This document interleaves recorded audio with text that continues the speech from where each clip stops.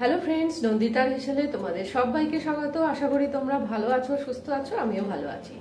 ঠান্ডাটা কিন্তু অনেকটাই কমে গেছে, অল্প অল্প বিস্তর ঠান্ডা রয়েছে। তো আমি চলে এসেছি রান্নাঘরে, ভাত বসিয়ে দিয়েছি, এদিকে ডিম সেদ্ধ বসিয়ে দিয়েছি। তো আজকে আমি কি কি রান্না করব সেগুলোই তোমাদের সাথে শেয়ার করব।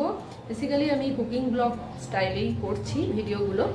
তো চলো চটপট জোগাড়জাতগুলো করে ফেলি, তারপরে যেমন যেমন দিন যাবে সেরকমভাবেই তোমাদের সাথে শেয়ার হবে। তো চলো চটপট রান্নাগুলো শুরু করে দিই। এখানে পাতা বাটা করব। কপি পাতা নিয়েছি আর তার সাথে নিয়েছি একটু ধনে পাতা, কারণ কপি পাতাটা একটু কম ছিল তো সেই জন্যে। প্রথমে আমি কপি পাতাটাকে একটু ভাপিয়ে নেব, সামান্য একটু ভাপিয়ে নেব, সিদ্ধ নয় কিন্তু একটু জল দিয়ে ভাপিয়ে নিচ্ছি। ভাপানো হয়ে গেছে, আমি একটা ঝাঁঝরিতে রেখে দিয়েছি, জলটা ঝরে যাবে। এদিকে ডিমটাও সেদ্ধ হয়ে গেছে। এখানে হাঁসের ডিম আর পোলট্রির ডিম দু রকমেরই আছে। কালারগুলো দেখি বুঝতে পারছো, এটা আমি হাঁসের ডিম ছাড়াচ্ছি। ডিমগুলো আমি এবার ছাড়িয়ে নিচ্ছি। আমি ডিম ছাড়ানোর সময় অল্প করে লবণ দিয়ে জলের সাথে ফোটাই ডিমটাকে, তাতে কি হয় খোলাগুলো খুব সহজেই ছেড়ে যায়।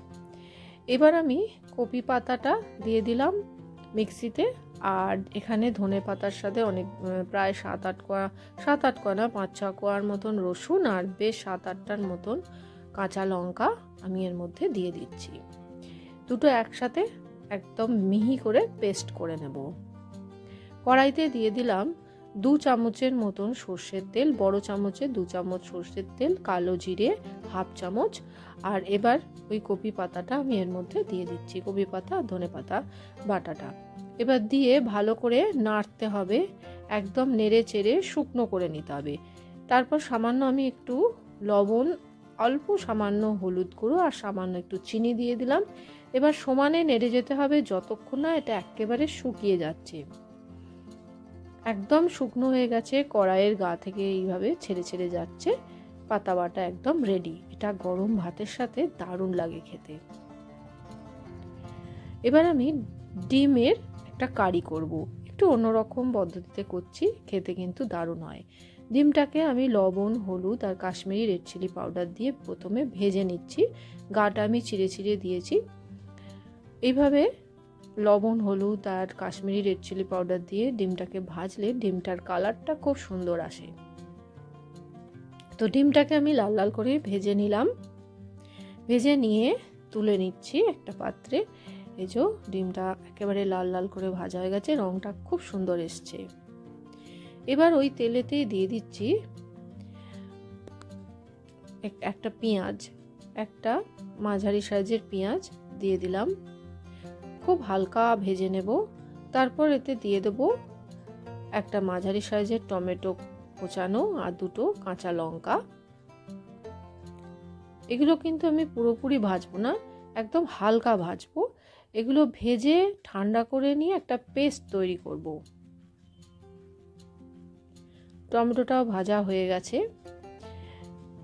ঠিক এই রকম পর্যায়ে আমি এটাকে তুলে ঠান্ডা করে নেব। ঠান্ডা হয়ে গেলে আমি মিক্সিতে একটা মিহি পেস্ট তৈরি করে নেব। পেস্টটা তৈরি হয়ে গেছে, ঠিক এইরকম একটা মিহি পেস্ট, কালারটা খুব সুন্দর এসছে। এবার আমি ওই তেলেতেই দিয়ে দিচ্ছি গোটা গরম মশলা, 2টো ছোট এলাচ আর সামান্য একটা দারচিনি।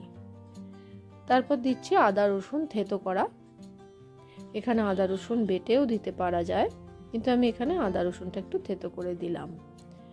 এরপর যে মশলাটা আমি ভেজে বেটে রেখেছিলাম সেইটা দিয়ে দিলাম। মশলাটা খুব ভালো করে কষিয়ে নেব। গ্যাসের আঁচ মিডিয়াম টু লোতে রেখে মশলাটাকে কষাতে হবে। মিডিয়াম আঁচেতেই মশলাটাকে আমি কষিয়ে নিচ্ছি। এবার আমি কিছু মশলা অ্যাড করেছি, হলুদ গুঁড়ো, জিরে গুঁড়ো, ধনে গুঁড়ো, কাশ্মীরি রেড চিলি পাউডার আর দিয়েছি পরিমাণ মতো লবণ।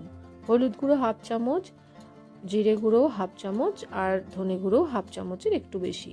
মশলাটা খুব ভালো করে কষিয়ে নিয়ে যখন এর থেকে তেল ছাড়বে তখন এখানে আমি 2 চামচ টক দই ফেটিয়ে এর মধ্যে দিয়ে দিচ্ছি।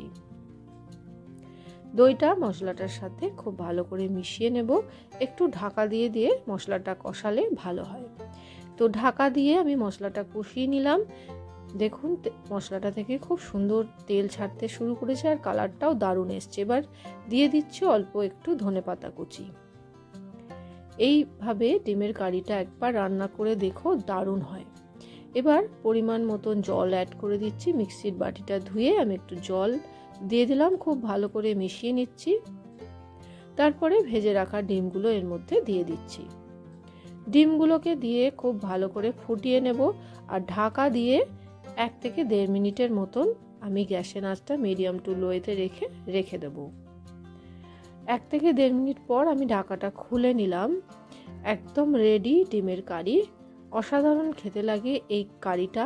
ওপর থেকে সামান্য একটু ধনেপাতা কুচি ছড়িয়ে দিচ্ছি। গরম মশলার গুঁড়ো আমি এখানে আর দিলাম না।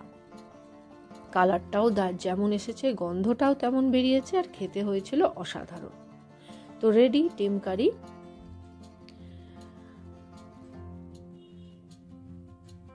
এবার আমি সবশেষে করে নিচ্ছি বেগুন ভাজা। এরকম শীতকালে ভাত আর ডালের সাথে গরম গরম বেগুন ভাজা খেতে কিন্তু দারুণ লাগে। তো বেগুনগুলো ভেজে নিলাম।